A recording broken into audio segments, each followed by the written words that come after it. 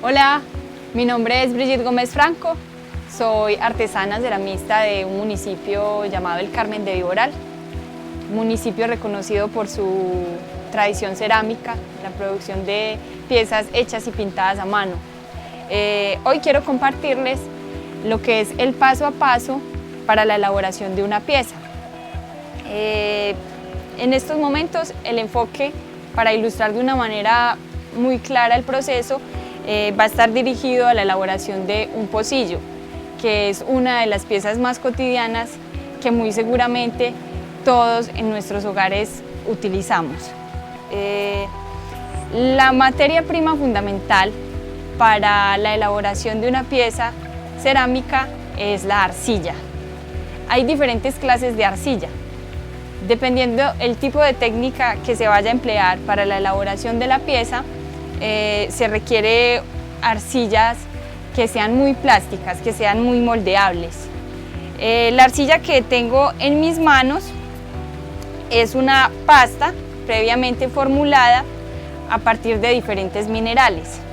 ¿Sí? Hay vetas de barro específicas, algunas que se encuentran en el mismo territorio carmelitano y que pueden ser complementadas con otros minerales traídos de otros lugares.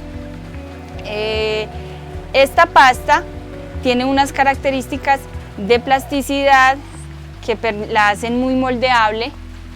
Es una pasta que en estado crudo, como ustedes pueden ver, es de color gris y posteriormente, después de que pase por el fuego, queda de un color blanco. Es una pasta que se formuló específicamente para una determinada temperatura que se llama loza, para la técnica del Carmen de Viboral, cuya característica más representativa es el que es pintada a mano. Hay una técnica específica que se presta, que tiene las condiciones para ser pintada sobre esa superficie, es la técnica del bajo esmalte, que más adelante les explicaré de qué se trata. Cuando ya la pasta tiene la mezcla de los minerales en diferentes porcentajes, se deja decantar un tiempo, se hidrata muy bien con agua. Entre más tiempo pueda tener la pasta para hidratarse y que se haga mucho más homogénea, va adquiriendo mejores condiciones para ser moldeada. Uno de los pasos fundamentales es que se debe amasar muy bien. La técnica de amasado que vamos a aprender hoy es la cabeza de buey.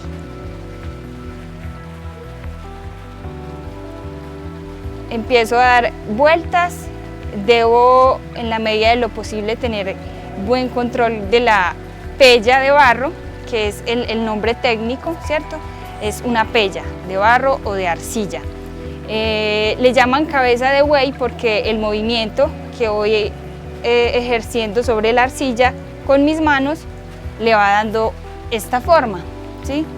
La idea del amasado es que la pasta se vaya haciendo mucho más homogénea y que se eliminen las burbujas de aire. Por ejemplo, en este caso, como la pasta todavía no está bien amasada, tiene espacios muy grandes que contienen aire. Lo ideal es que al amasar bien la pasta, todas esas burbujas de aire se eliminen, porque en caso tal de que queden al interior de la pasta, pueden generarme dificultades durante el proceso de elaboración de la forma, ¿sí? O si, por ejemplo, quedan ocultas en el momento en que lleve la pieza al horno, estas pueden explotar y fracturar la pieza. Después de que llevo un buen rato amasando la arcilla, utilizo una herramienta que se llama nylon, cuya idea es poder cortar el material y analizar si está homogénea la mezcla. La idea es que no haya ningún aire y después de haber hecho esa revisión, doy otro amasado final para ya tener lista una pella de arcilla según la pieza que vaya a elaborar. Como les había contado al principio, la idea de hoy es elaborar un pocillo. Entonces, como es una pieza pequeña, debo tener muy claro que la cantidad de arcilla sea la necesaria. En este caso vamos a utilizar 270 gramos de arcilla para la elaboración del pocillo. Cuando por ejemplo voy a elaborar un conjunto de piezas que deben tener la misma forma, por ejemplo un juego de tinto, debo cerciorarme de que la cantidad de arcilla que voy a utilizar para la elaboración de cada pocillo sea la misma. Listo, teniendo ya pesado el material, amaso nuevamente dando golpes con mis manos y redondeando la forma, la pella, para llevarla al torno de alfarería. Bueno, teniendo lista la pella de barro, me dirijo a la que es mi herramienta fundamental para elaborar la arcilla, que es el torno de alfarería. Es una herramienta que ha sido muy utilizada desde la antigüedad. Los primeros tornos que se usaban no eran eléctricos, eran impulsados con el pie. El torno que yo utilizo es un torno eléctrico. Uno de los principios fundamentales del torno de alfarería para la elaboración de una pieza es poder centrar muy bien la pella de barro. Una vez teniendo la pella sobre la superficie, empiezo a darle velocidad al torno y a ejercer presión con mis manos sobre la arcilla. El movimiento debe estar siempre en armonía con la presión de mis manos. Es una búsqueda de equilibrio entre la humedad, ¿cierto?, la velocidad, la fuerza, la respiración, ¿sí? La velocidad del torno me va ayudando también a imprimirle un poco de fuerza a la pella, y en estos momentos todo el movimiento de mis manos está enfocado a poder centrar la arcilla. Por ejemplo, ahí es evidente que la pella no está centrada. Lo ideal es poder estabilizar la arcilla. Entonces empiezo a estirar, ¿cierto?, a bajar,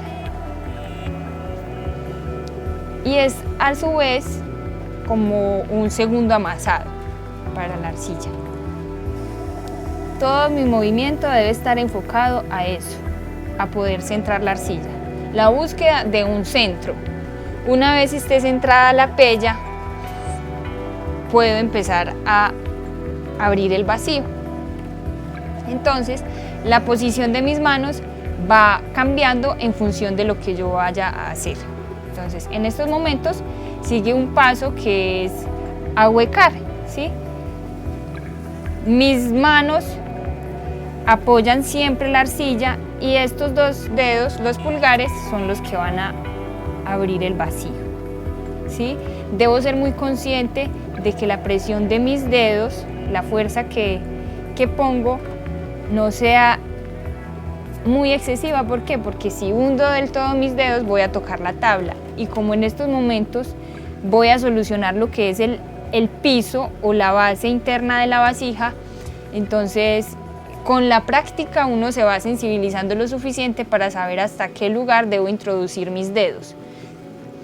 Después de que abro el vacío, empiezo a ampliarlo, ¿sí? Deben ser movimientos muy sutiles porque la arcilla está muy blandita, ¿sí?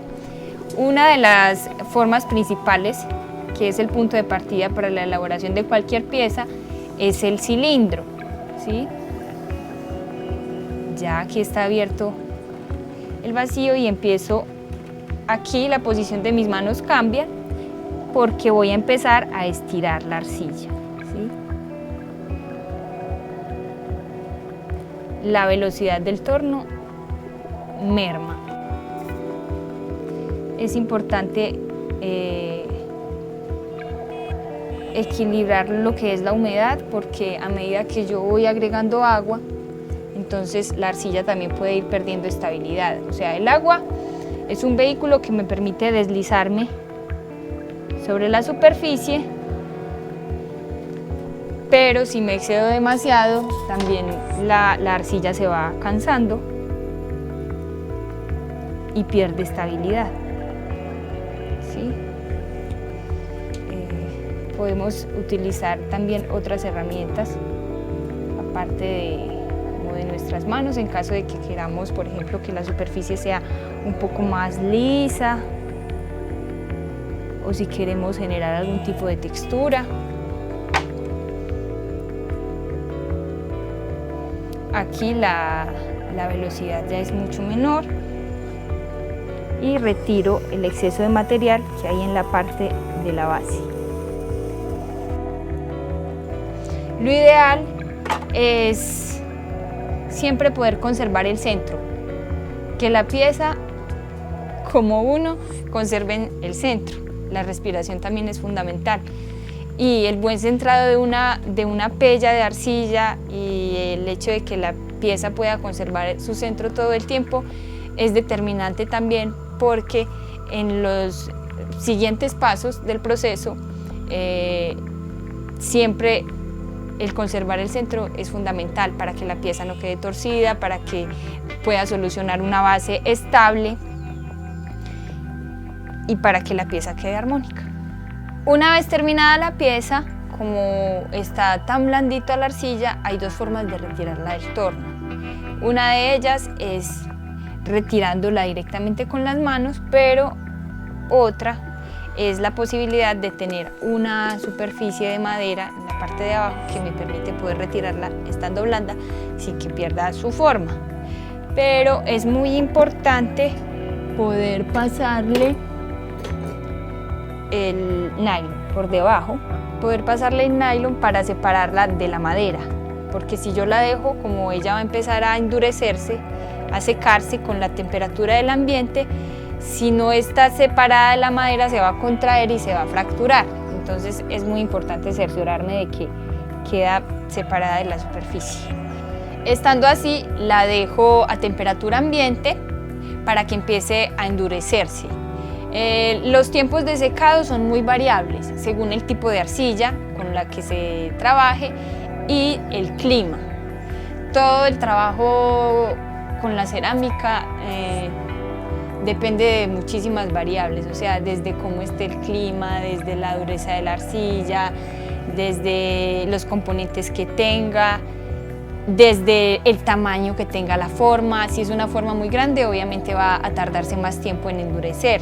Si es una forma pequeña como esta, puede tardarse, haciendo en un clima cálido, puede tardarse 2 o 3 horas en adquirir una dureza intermedia que se llama dureza de cuero.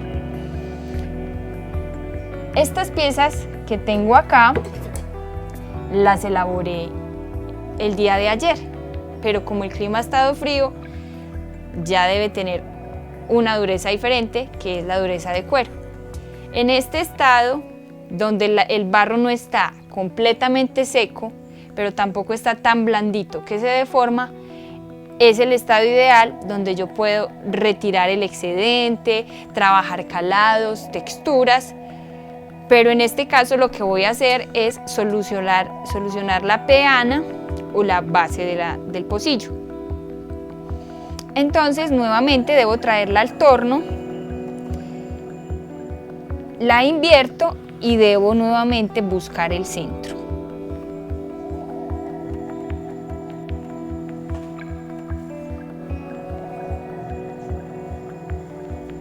Entonces mi guía, por ejemplo, para identificar cuando la pieza está centrada, es donde la herramienta toca, me indica que yo empujo, ¿sí?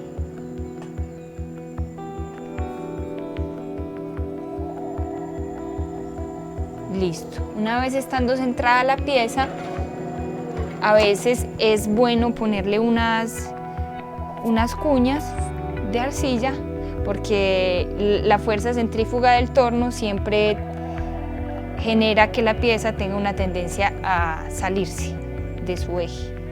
Entonces es importante a veces como unos puntos de apoyo que ayuden a que la pieza permanezca. Y con esta herramienta que se llama gredina, empiezo a retirar los excedentes de arcilla, ¿sí? Muy importante que la pieza esté en dureza de cuero, que no esté demasiado blanda, pero tampoco demasiado dura. La importancia también de saber qué cantidad de arcilla puse sobre el torno, el hecho de que sea yo quien haya la forma, me ayuda a tener una idea de qué espesores tiene la pieza, qué cantidad de arcilla dejé en la base del pocillo, porque si yo me excedo también en la cantidad de material que retiro, muy posiblemente pueda quedarme sin piso, ¿sí? Entonces, debo ser como muy cuidadosa en la cantidad de material que voy retirando. Todos los sentidos deben estar ahí concentrados en función de este ejercicio. Uno de ellos es, por ejemplo, el hecho de dar un golpe. A partir del sonido yo puedo identificar también si está muy grueso o si está muy delgado el espesor de la base, para saber si puedo retirar. Para saber si puedo retirar más material. Como pueden ver, con esta herramienta, en este proceso que se llama retorneado, yo puedo definir ya otros detalles formales del recipiente.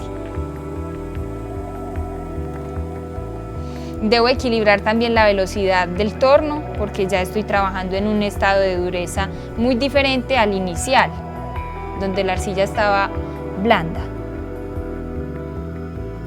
Esta parte que estoy solucionando aquí se llama peana. Reitero la importancia de que la pieza debe estar completamente centrada. De ahí depende que la base quede estable.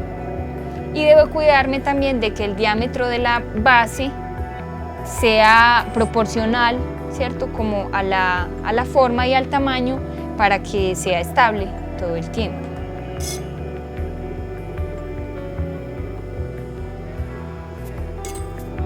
Una vez estando solucionada la base, nuevamente puedo pasar la esponja sobre la superficie. Una vez terminado el proceso de retorneado, ya debo retirar la pieza, ¿sí? Entonces paso la lata porque a veces se queda adherida al disco y ya tiene esta forma. Lo ideal es dejarla endurecer un poco más, sin que se seque del todo. O sea, es importante que conserve la dureza de cuero, porque próximamente vamos a adherirle el asa u oreja. Ahora vamos a dirigirnos a ponerle el asa u oreja al pocillo. Para esta parte también debo tener otra pella de arcilla lista. Esta ya está previamente amasada y empiezo a darle esta forma. Hoy les voy a compartir una técnica que se llama la técnica del ordeño, que es una técnica muy práctica para la elaboración manual de asas. Entonces tengo la pella de arcilla previamente amasada y voy agregando agua y empiezo a estirar la arcilla hacia abajo, ¿sí? Debo, igual que en el torno, equilibrar muy bien la presión que voy ejerciendo con mis dedos y el nivel de humedad, la cantidad de agua que voy agregando a la arcilla. Es muy importante para este procedimiento que la pasta sea también muy plástica, ¿sí? Que se pueda estirar lo suficiente para yo obtener el calibre que requiero según el asa que vaya a elaborar antes de adherirla a la forma. En este punto ya tengo como el espesor que deseo para la oreja. Entonces hago presión con mi pulgar sobre el material y con este pedacito voy a poner el asa al pocillo.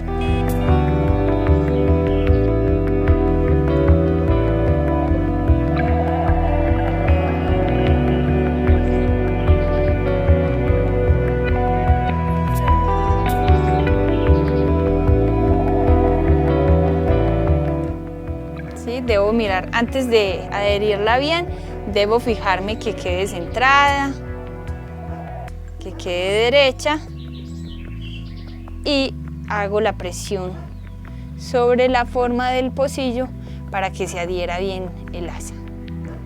Y con una cuchilla retiro el excedente, ¿sí? Entonces, como el espesor del asa es delgado, rápidamente con la temperatura del ambiente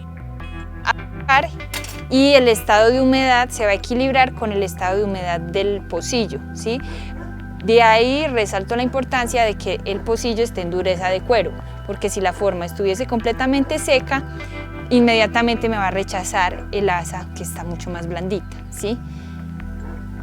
Ya debo esperar un poco, puede ser un par de horas, para que ya una vez estando las dos equilibradas en su estado de humedad, pueda pulir nuevamente toda la forma y retirar los excedentes de material para que la superficie quede lisa y pueda ya secarse la pieza del todo antes de llevarla al horno. Ahora vamos a pulir la pieza, o sobar se llama también. Uno de los implementos son espumas, pues es cuestión también de ser muy recursivos y encontrar elementos que haya como en la cotidianidad, pueden ser incluso reciclados. Este es un trocito de esponja de esas que lava platos, y con el agua empezamos a pulir los bordes y a poder como alisar un poco más la superficie, porque más adelante esta superficie va a ser pintada a mano, ¿sí? Entonces si encontramos por ahí alguna rebaba o grumitos de arcilla que sobraron, la idea es poder retirarlos con este procedimiento. Además de eso, es muy importante que la pieza pueda no estar del todo seca, porque a veces se produce mucho polvo, entonces lo ideal es también proteger nuestros pulmones. Hay algunas personas que las pulen ya en estado completamente seco, pero pues personalmente siento que este estado es ideal porque no contamina tanto el ambiente.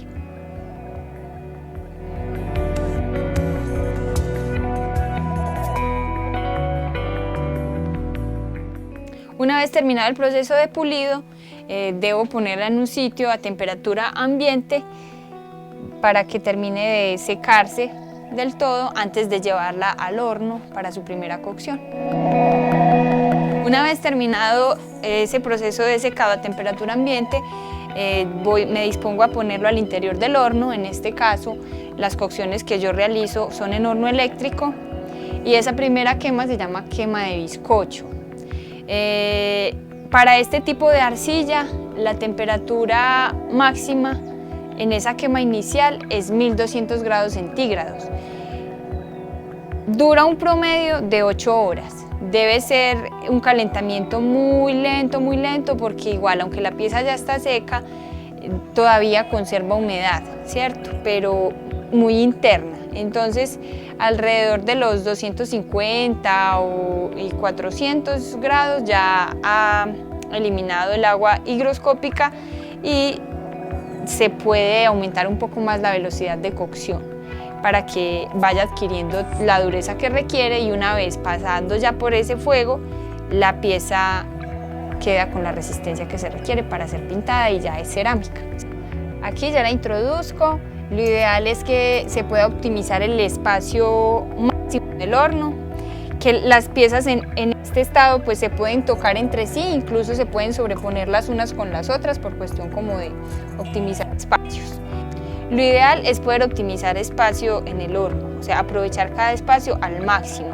En este estado, cuando las piezas están crudas, se pueden tocar o incluso sobreponer unas sobre otras, no demasiado, porque a veces puede afectar también la forma, y durante el proceso de cocción algunas fracturarse, o sea, solo depende de las formas que se estén manejando. Los platos, por ejemplo, son formas más delicadas. En este caso, como son pocillos y son pequeños, que no pesan demasiado, se pueden sobreponer. Lo ideal es poder llenar completamente esta placa y luego montar otro castillo antes de poder cerrar completamente el horno. Hay incluso de pronto poder aprovechar los espacios mucho más pequeños con otro tipo de piezas.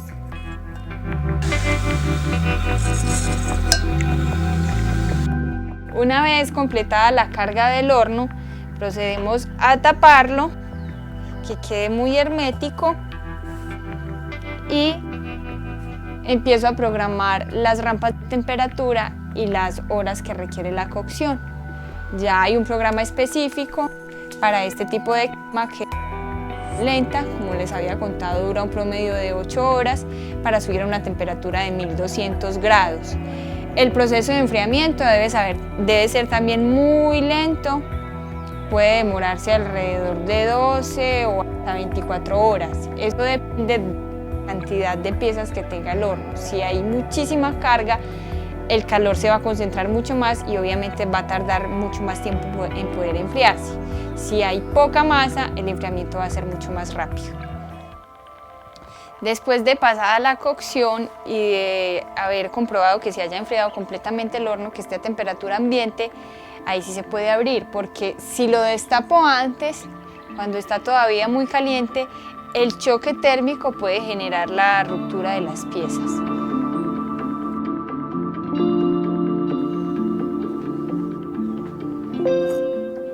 Ya empiezo a descargar cada una de las piezas y obviamente antes de poder pasar al proceso de decoración debo cerciorarme de que estén en buen estado, ¿sí? Que no estén fracturadas o si alguna de pronto se explotó en el horno.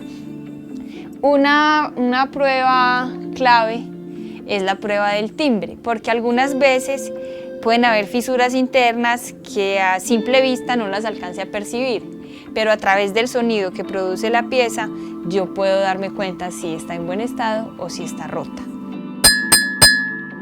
A través del sonido, del timbre, según las temperaturas también a las que sean sometidas las piezas, el timbre puede ser mucho más agudo o más suave. Eso depende mucho de la temperatura y de las condiciones de la pasta.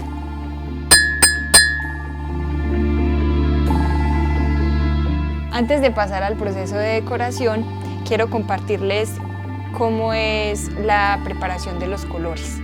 En el comercio se pueden encontrar algún tipo de pigmentos que provienen de los minerales, ¿cierto? Hay otros colores que uno artesanalmente puede preparar a partir de arcillas o tierras que haya en el entorno. Para este caso vamos a hacer el proceso con pigmentos industriales, que comúnmente pues uno los encuentra en el mercado. Obviamente los adquiere según las técnicas que uno labore, ¿cierto? Para este caso, que es la técnica de bajo esmalte, estos pigmentos resisten temperaturas de hasta 1200 grados centígrados. Podemos partir de colores primarios. Para algunas formulaciones o entonaciones de color funciona la teoría del color. Entonces vamos a preparar un verde. Bueno, para la preparación de esos colores siempre el punto de partida es la regla de 3. En este caso pues vamos a preparar 10 gramos. Para la entonación de ese verde vamos a partir de 90% de amarillo, que para 10 gramos serían 9 gramos.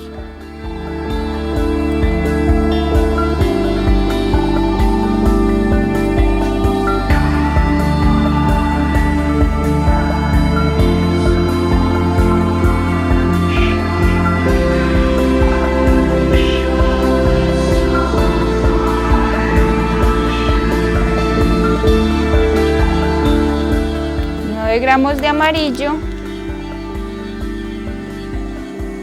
y 1 gramo de azul. 90-10.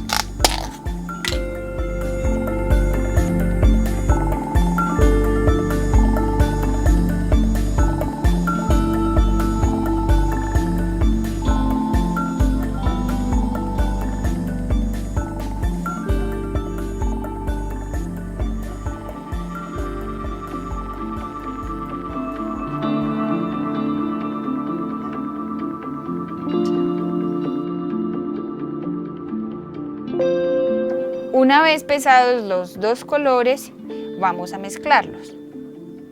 Entonces, los 9 gramos de amarillo más el gramo de azul. Y empezamos. Es importante pesarlos, mezclarlos en seco, ¿sí?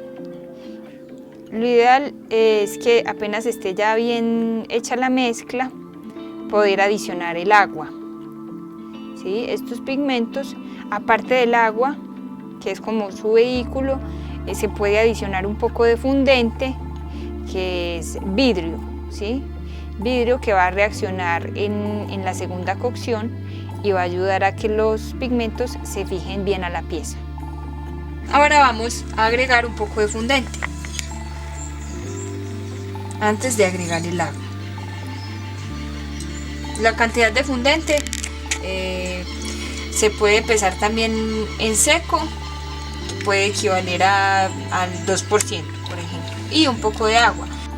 La densidad del color uno la va graduando con agua, según qué tan espeso lo requiera. Eso depende también de la porosidad que tenga la pieza. La porosidad depende de la temperatura a la que haya sido quemada también.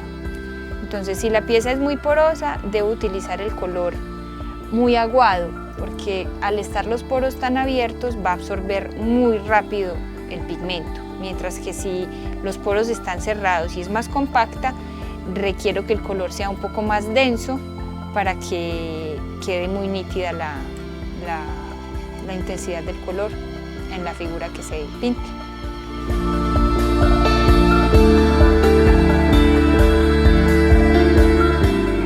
Una vez preparados los colores, vamos a empezar a intervenir la pieza. ¿Qué elementos se requieren? Puede ser un lápiz para elaborar bocetos iniciales, dado el caso, los pigmentos previamente entonados y diluidos en agua, algunos pinceles y la torneta. Esta herramienta es muy práctica para realizar líneas muy concisas, que vamos a ver más adelante, o para centrar muy bien la pieza cuando necesito distribuir espacios equidistantes en caso tal de elaborar un diseño geométrico, por ejemplo. Aquí es fundamental, igual que en el torno, poder centrar muy bien la pieza, porque voy a realizar una lista. ¿Qué es una lista? Una lista es una línea delgada que se traza con determinado color y debo empezar a girar muy suave, sostener el pincel en un solo punto para que al momento de hacer la lista el punto de partida coincida con el punto de llegada. Para estos casos es fundamental la torneta. Con un pincel más grande puedo elaborar un fondo. Partiendo siempre desde el centro, empiezo a desplazar el pincel con el color, controlando la velocidad de la torneta. ¿Sí? Puedo también fusionar colores, ¿cierto? Generar ciertos degradés al interior, agregar un poco más de agua.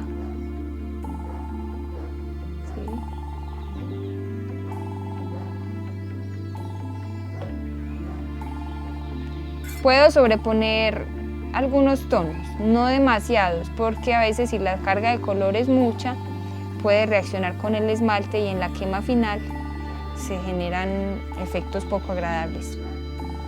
La decoración a mano ha sido una de las características identitarias de la cerámica del Carmen de Viboral, justamente por el colorido de sus diseños, cuya temática principal son las flores, ¿sí? por la riqueza que hay en todo el entorno. Sobre todo los diseños tradicionales son los que tienen más énfasis en esa parte. Ya en los últimos años se han venido explorando otro tipo de técnicas, otras temáticas también que tienen que ver con los pájaros, los árboles nativos. En el día de hoy vamos a hacer un ejercicio donde vamos a plasmar las flores. En este estado llamado bizcocho, la técnica del bajo esmalte tiene una característica muy útil y es que se puede hacer sobre la superficie. Sí, dado el caso que uno tuviese que hacer divisiones en los espacios, ¿cierto? Para la ubicación de los elementos, se puede trazar previamente algún esquema básico con lápiz sin tener que preocuparse porque va a quedar el grafito, porque después de que la pieza va al horno para hacer la quema final, el lápiz desaparece con la temperatura. Entonces aquí hay un boceto muy básico para empezar a distribuir lo que es todo el follaje de la planta.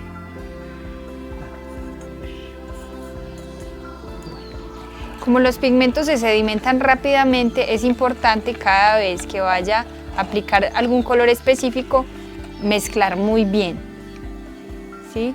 Cada pincel, según el material en el que se ha hecho, si es sintético o es con esponja o dependiendo del pelo o el material del pincel, la carga que tiene de color varía, ¿sí? Entonces hay pinceles que me permiten hacer varias descargas y esa es una característica muy común en la pincelada carmelitana, y es que en la descarga de color queda la luz y la sombra al mismo tiempo en una sola descarga de pincel. También se puede hacer sobreposición de colores, pero en determinados casos. Lo ideal es que después de que yo aplique cada pincelada no manipule el color, o sea, no pase los dedos por encima porque se va a regar el material y la figura se daña. La pieza inmediatamente absorbe el color, como pueden ver. Como está tan porosa, entonces yo lanzo la descarga y ella se absorbe y se fija inmediatamente. Aquí todavía se ven muy claros los tonos, pero una vez que la pieza sea esmaltada y pase nuevamente por el horno, ellos con el fuego se van a intensificar. Cada vez que yo vaya a cambiar de color, debo lavar muy bien el pincel, con la intención de que no se vayan a contaminar. Aquí ya voy a pasar a la parte de las hojas. Es muy importante también tener en cuenta que variar el tamaño de los elementos le da esa sensación de más movimiento y de que la planta está viva. Que la idea es que no sea un diseño como muy estático, ¿sí? En este caso, este diseño es muy orgánico y no hay una cantidad específica de flores que yo deba pintar, a diferencia de otros diseños que son más esquemáticos, donde se debe tener en cuenta una determinada cantidad de flores, determinada cantidad de hojas, ¿sí? Pero personalmente siento que son muy rígidos. Entonces yo siento que entre más movimiento y variables tenga la composición, el diseño va a ser mucho más rico, más divertido también en la forma de hacerse. Cada pincel tiene características diferentes. Este, por ejemplo, es más grueso en esta parte y la punta es mucho más delgada. Entonces el pigmento se concentra en esta parte y va bajando. Yo lo puedo ir dosificando según la presión que le realice al pincel, ¿sí? Aquí ya estoy elaborando los tallos. Si el color está muy espeso, puedo agregar un poco más de agua, porque si está muy denso, entonces no se va a desplazar con la fluidez que yo necesito.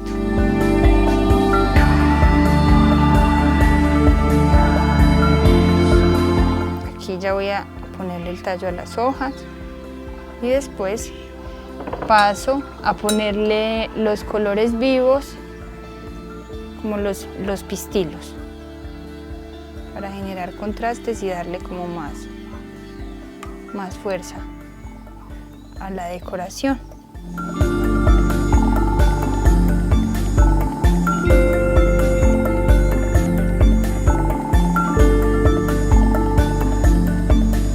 importante variar colores, que haya diversidad de tonalidades, jugar mucho con las aguadas, las transparencias.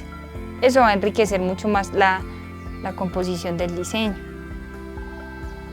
Pensar también en la distribución de los elementos en el espacio, que la forma y la decoración se complementen, ¿sí? Que no entren a competir. Hay formas que no requieren mucho elemento decorativo.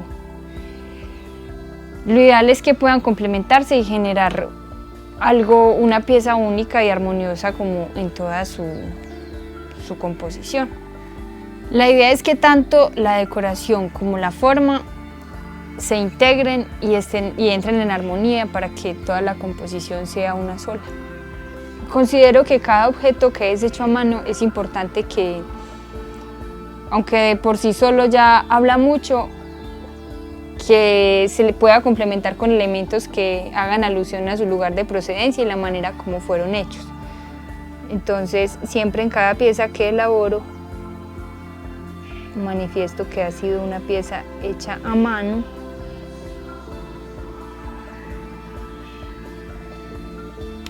porque sin duda alguna pues cada objeto tiene una historia y un montón de energía que está ahí concentrada.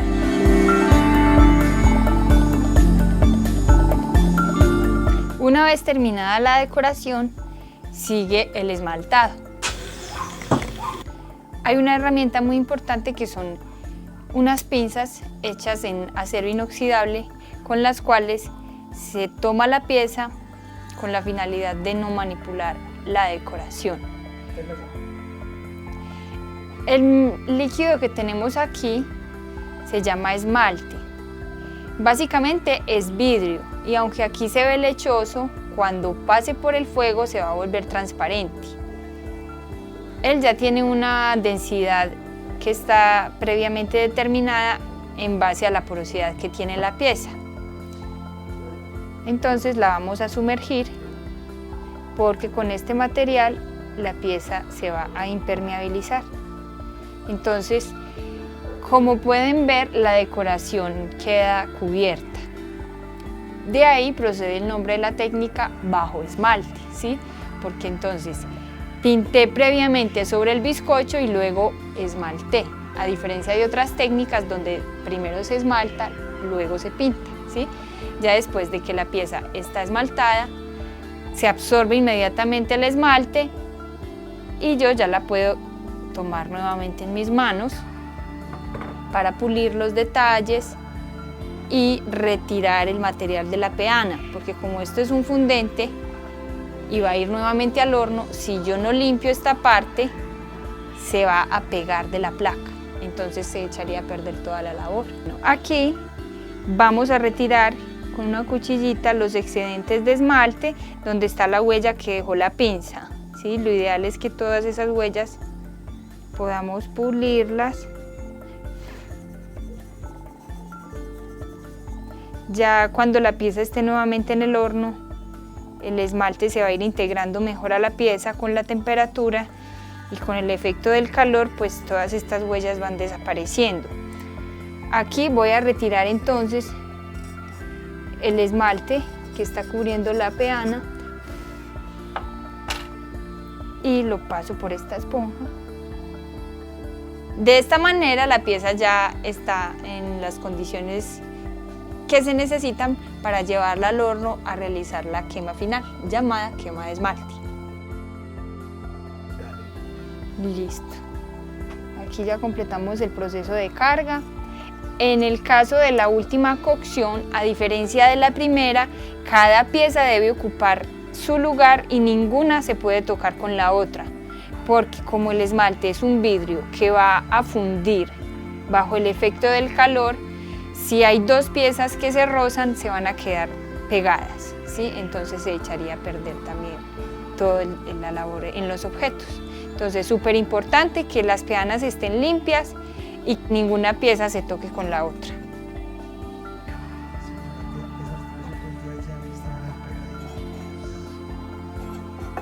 Bueno, entonces sellamos el horno y se inicia nuevamente la cocción.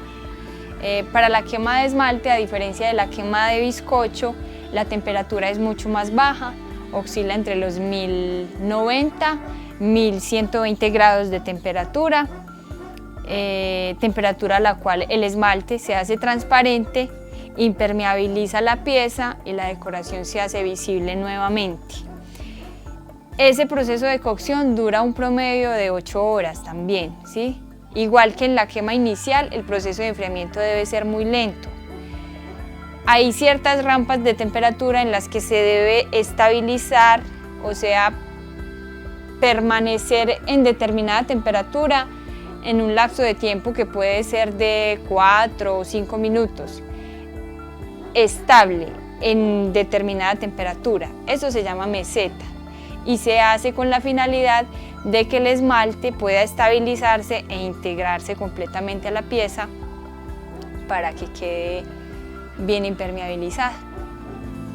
Bueno, terminada la quema final, llega el momento como de la verdad, ¿sí? El fuego y el calor, siento que es el juez quien revela todo lo que fue esa historia, toda esa labor previa, quien nos muestra los detalles, si esa memoria que concentra la arcilla se manifiesta, es justamente en el momento de la cocción final, donde todo se revela. Siempre destapar el horno va a ser una sorpresa.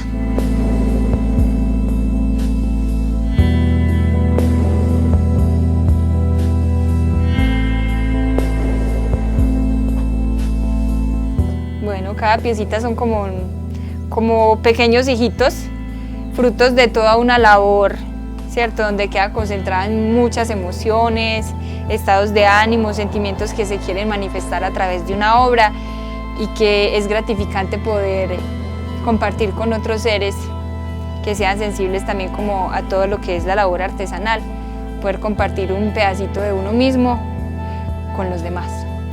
Para mí es muy importante y significativo el hecho de poder partir desde la tierra, desde el amasado, desde que todo el proceso pueda pasar por mis manos, por mi cuerpo, por mi corazón y hacerlo tangible a través de un objeto que sea utilitario o decorativo, siempre va a cumplir una función anímica, no solamente en mí, sino también en otros seres.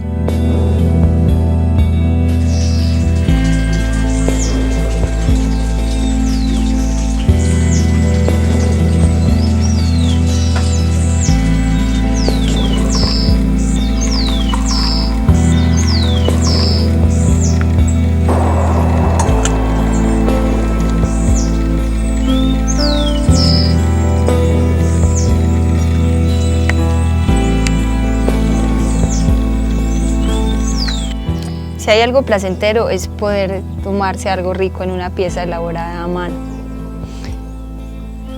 Los objetos de nuestra cotidianidad, muchos provienen de manos de artesanos que ponen todo su amor y su energía en cada objeto que realizan.